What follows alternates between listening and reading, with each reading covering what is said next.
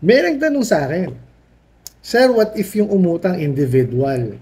Tapos yung cheque is nakapangalan sa company nila. Bounce na. Pwede ba yun staffa? Kasi may kontrata din. Okay. Bago ko sagutin yan, pakipanood po muna yung aking video na paraffol ni Boss Rai, no? Sali ho kayo, sayang din yun kasi 1,000 worth of GCash din yun. So, panoorin nyo po yun, nandun po lahat yung mechanics. Okay, sagutin natin to. Okay. Unang-una kasi, ang tanong ko, alam nyo po ba na yung cheque is sa company nakapangalan? Kasi, rule of the thumb yan, pag kung sino man yung nangutang, dapat sa kanya nakapangalan yung cheque. For example, ako, 'di ba? Dapat yung checking i-issue ko sa inyo, nakapangalan sa akin. Ito ho kasi, sabi nyo, isang individual, pero yung checking na in-issue sa inyo, isa company nakapangalan. So, ang tanong ko kagad doon, question mark sa akin is, alam nyo po ba? Okay? Kasi kung alam nyo, kayo ho ang may ano, kayo ang, kumbaga, may fault din kayo, ba't tinanggap nyo? Kasi hindi naman, kasi second endorsement yun, ang tawag dun eh. Di po ba? So, hindi ko ako ho, wala akong idea kung ano ang gagawin doon, no? Kasi definitely yung second endorsement. So, kumonsulta ko kayo sa abogado kung ano po yung po pwedeng gawin doon, ano? Ngayon, kung hindi nyo naman na-check at hindi nyo alam na sa company pala nakapangalan at nag-bounce, well, definitely may panlilin lang na po doon, no?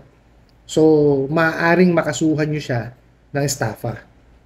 Okay? So, kumonsulta rin mo kayo sa abogado, ano po, at pag-usapan nyo kung ano man po yung mga dapat gawin para po masampahan nyo siya ng kasong staffa.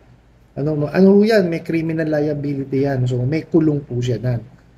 Oh. Tapos, yung pang BP22, may ano rin ho yun. May kulong din yun. So, pag-usapan nyo po ng ano ng abogadong pagkukonsultahan nyo kung ano po yung dapat isampang kaso. Ano po? Kasi mabigat po yan eh. Actually, sa totoo lang po, no, kalimitan na nagiging problema sa mga ano mga nagpapautang, no, kagaya pagka yung hindi naman ano kumbaga hindi talaga sanay sa pagpapautang is yung kagaya po ng ganyan kasi kami po, kagaya po sa amin, tinuturo po yan, no? Bago kami tumanggap ng payment, lalo kung cheque, tinuturo po sa amin kung ano yung mga dapat malaman dun sa cheque bago tanggapin. So, dapat nakapangalan dun sa umutang. Di po ba? Dapat, ano po yan, walang bura. Dapat po yung amount in words parehas dun sa amount dun sa amount na in numbers, in figures, no? Tapos po yung pirma niya dapat parehas dun sa pirma niya sa ID. Yung mga ganun po, dapat yan is chine-check maigi.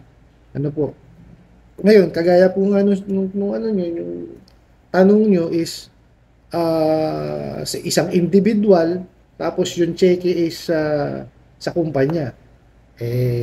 Kung yan po ay alam nyo, hindi ko alam kung anong pwedeng gawin dyan, ano? Pero kasi ang alam ko doon, second endorsement. Di po ba?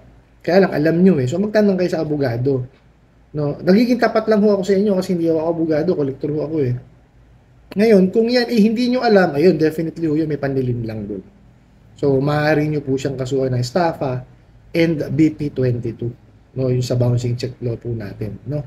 Yun ang po pwede nyo ikaso sa kanila. Ngayon, para ano kayo, sigurado, sumangguni ho kayo sa abogado.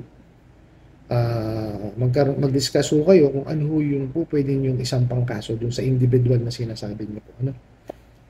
I hope po, nasagot ko yung inyong tanong and magpapasalamat po ulit ako sa walang sawa nyo pong suporta, no, sa panonood ng aking video, sa pagbibigay ng like, sa pag-share po, no? Maraming salamat po. Very appreciative po ako doon sa mga um, nanonood, no, at dun sa mga nagko-comments, no. Although hindi ko talagang masagot lahat dahil sa dami, kasi nga ho, meron ho akong day job, may trabaho po ako. So, hindi ko na ho siya masagot. I hope yung mga videos na ginagawa ko nasasagot siya. Ano po?